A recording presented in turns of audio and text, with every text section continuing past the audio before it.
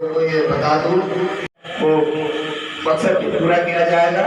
लेकिन मैं कमेटी से इंटरनेशनल ह्यूमन राइट काउंसिल के मेंबरों से गुजारिश करूंगा कि हमें तकसीम की जाए। बड़े मेहरबानी इंसानियत का वो इंटरनेशनल ह्यूमन राइट्स काउंसिल के जानिब से आज बांकड़ा हावड़ा जापानी गेट में एक प्रोग्राम का इनेकाद किया गया, जिसमें इंडस्ट्रियलिस्ट, लॉयर्स, समाजी कारकुनान ने इस प्रोग्राम में हिस्सा लिया और इसे कामयाब बनाया। इस मौके पर वहाँ के गरीब तबका के लोगों में, ज़रूरतमंदों में बिला तफरीक कंबल तकसीम भी किए गए और लोगों को उनके हुकूक़ के बारे में बताया गया कि हम अपने हुकूक़ का किस तरह इस्तेमाल करें।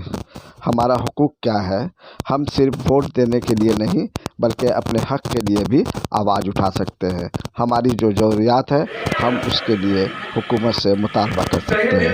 इस मौके के पर इस प्रोग्राम के लिए रवा शहनवाज भाई ने अपनी बातें बड़ी तफसील से रखी। इसके अलावा हाई कोर्ट के जज, हाई कोर्ट के वकील जनाब नज़ीर भाई ने भी बहुत सारी बातें की।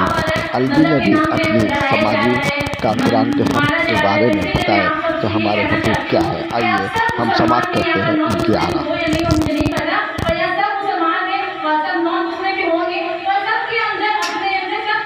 जिंदा रहे कि जिसके अंदर इंसानियत रहेगा उसका धर्म, उसका मजहब ऐसे ही जिंदा रहेगा। अरे क्या ह्यूमन राइट्स तो बहुत ही काम करते हैं। आज हम ये कहना चाहते हैं समाज भाई से कि आप अपना काम इंशाअल्लाह ताला करते रहिए भाई, और हम सब आपके साथ हैं और साथ रहेंगे।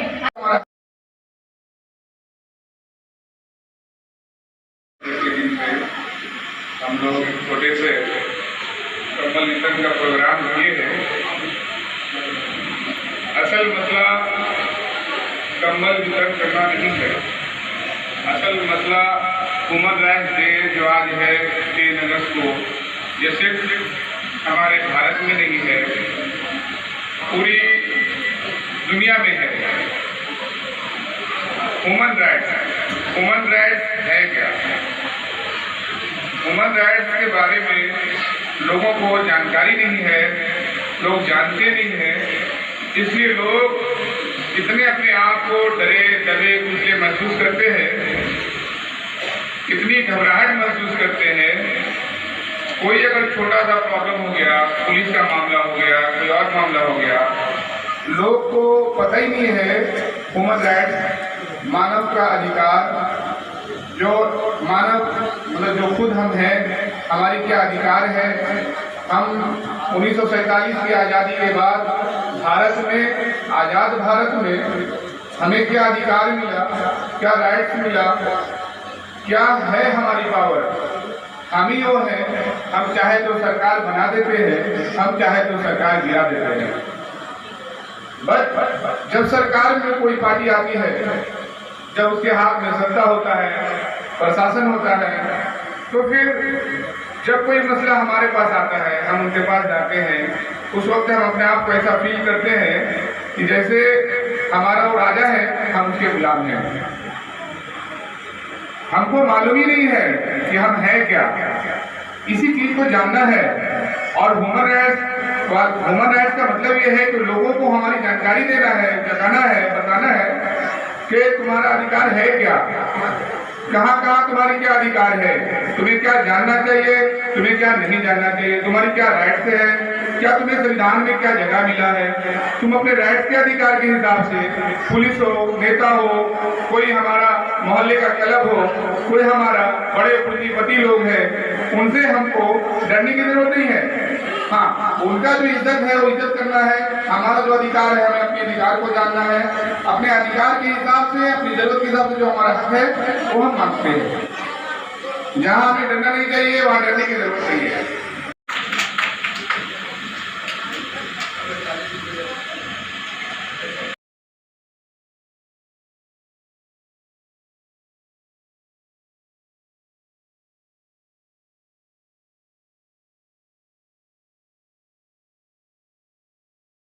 हकीकत यही है कि जो सच होता है वो कड़वा होता है। जहर एक ऐसी चीज है जिसे खाने के बाद कड़वाहट होती है और इंसान मर जाता है, तो सच भी उतना ही कड़वा है। और ये हकीकत है कि कुछ संस्था हैं जो ज़मीनी स्तर से काम कर रही है लोगों के इंटरनेशनल ह्यूमन राइट्स काउंसिल के जानिब से आप बतौर मेहमान यहाँ आए, यहाँ आके आपको क्या महसूस हो रहा, और जो लोगों का, आम लोगों का जो हकूक़ है उसके बारे में कैसे उनके बताया जाए कि उनके हकूक़ क्या है। मुख्तसर से वक्त में बताना बहुत मुश्किल होता है।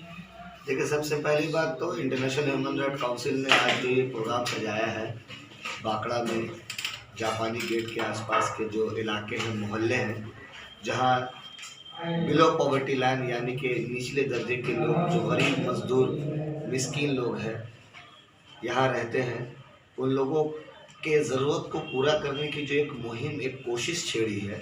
सबसे पहले मैं उनका शुक्रिया अदा करता हूँ कि उन्होंने मुझे इस लायक समझा और यहाँ दावतें सुकन दी, और मैंने यहाँ आकर देखा कि वाकई में इंटरनेशनल ह्यूमन राइट काउंसिल वो काम करने की कोशिश कर रही है जो काम मुल्क के बड़े बड़े संस्थाओं को करनी चाहिए थी। जहाँ तक मुझे लगता है कि वो इन कामों में चूक रहे हैं, तभी जाकर ऐसे संस्था बाहर आ रही है। और इनका मेन मकसद है कि जो लोअर क्लास से आते हैं, जो मध्य वर्ग से आते हैं, उनके साथ परेशानी ये कि वो कानून व्यवस्था को देखकर, पुलिस प्रशासन को देखकर, किसी सरकारी अस्पताल में अगर कोई काम है, उन महकमे के अफसरान को देखकर वो डर जाते हैं और अपनी ज़रूरत की चीज़ों को वो पूरा नहीं कर पाते। मान लीजिए कि बहरतौल किसी के घर में कोई बीमार पड़ गया, लेकिन वो सुविधाएं सरकारी अस्पताल में मौजूद है कि वो मुफ्त में इलाज करा के वो ऑपरेशन करा सकते हैं वो लोग, लेकिन उनके पास वो जरिया नहीं है, वो पहुंच नहीं है, और वो घबरा जाते हैं कि महकमे के किस अफसरान से कैसे बात करनी है।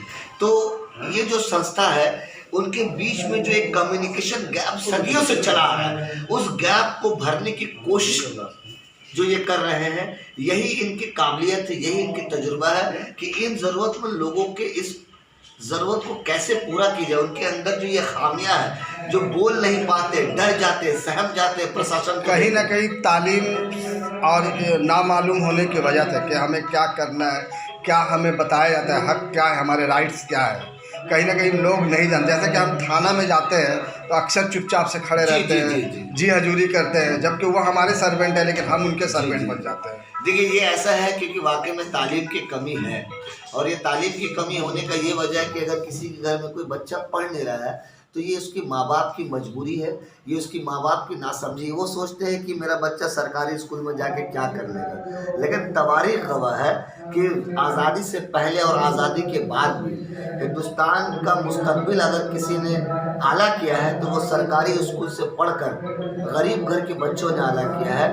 वो दौर अलग था। इस दौर में वो समझ, वो सलाहियत उनके जहन में पहुंचानी होगी कि भले मेरे पास वो आमदनी नहीं है, वो जरिया नहीं है, लेकिन हम अपने बच्चों को सरकारी स्कूल में भी पढ़ा सकते हैं ताकि वो समाज में जाकर जो सरकारी महकमे हैं वहाँ खड़े होकर अपनी बात रख सके और अपनी काम करवाने में वो कामयाब हो सके। सर, इस तरह की काउंसिल के तरफ से आप मेहमान की हैसियत से आए हैं, यहाँ आके आपको क्या महसूस हुआ और आप क्या मैसेज देना चाहते हैं उन गरीब लोगों को, उन ज़रूरतमंद लोगों को जो अपने हक के बारे में कुछ भी नहीं जानते? देखिए, इंसान जिस दिन जीवन में जन्म लेता है उसी दिन से उसका राइट शुरू हो जाता है। और ये बहुत मैं मुबारकबाद देना चाहता हूँ ह्यूमन राइट्स काउंसिल को, जो प्रेसिडेंट हैं। लोगों को बीच आज गरीबों को कंबल दिया गया और बहुत सारा इंतजाम रखा गया, गेस्ट आए थे। मैं सभी को मुबारकबाद देता हूँ कि ऐसा प्रोग्राम से गरीब को भला होता है और ऐसा काम जो करता है वही सबसे बड़ा इंसानियत है। इंसान का दिल जो रहता है सबसे बड़ी इंसानियत वही है। मतलब एक ऐसा चीज़ है कि इसमें जो सोशल एक्टिविटीज़ में रहते हैं वो ना हिंदू देखते हैं, न मुस्लिम देखते हैं, न काला देखते हैं, न गोरा देखते हैं, न सिख देखते हैं, न ईसाई। सिर्फ उनके अंदर इंसानियत झलकता है। तो जो सोशल एक्टिविटीज़ ह्यूमन राइट्स के माध्यम से हो रहा है यही सबसे बड़ी इंसानियत है। मैं आपको मुबारकबाद देना शुक्रिया। Human rights day, what is human rights? आप अपना आप क्या है ये आप जानिए, आपका पावर कितना है, आप इतना पावर आपके अंदर है कि आप एक सरकार बनाते हैं। आप वोट देते हैं तो कोई नेता बनता है, कोई काउंसिलर बनता है, कोई मंत्री बनता है, सब आपके पावर से। तो human rights are rights inherent to all human being regards of race, nationality, ethnic, language, religion of any other status. Human rights include the rights to life and liberty, freedom from slavery and torture, freedom of opinion and experience, the right to work and education and many more. हम इस पे बहुत सारा काम कर सकते हैं।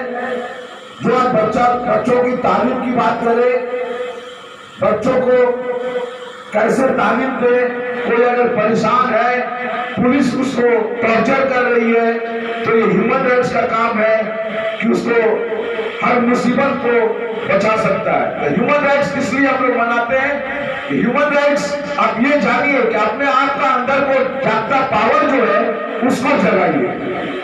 ये सबसे बड़ी बात है। आप अपने आप को पहचानिए, अपने आप को निखारिए कि सबसे ज्यादा पावर ह्यूमन बीइंग में है। और प्रोग्राम के लिए तो ये बता दूं के लिए इस गाइस को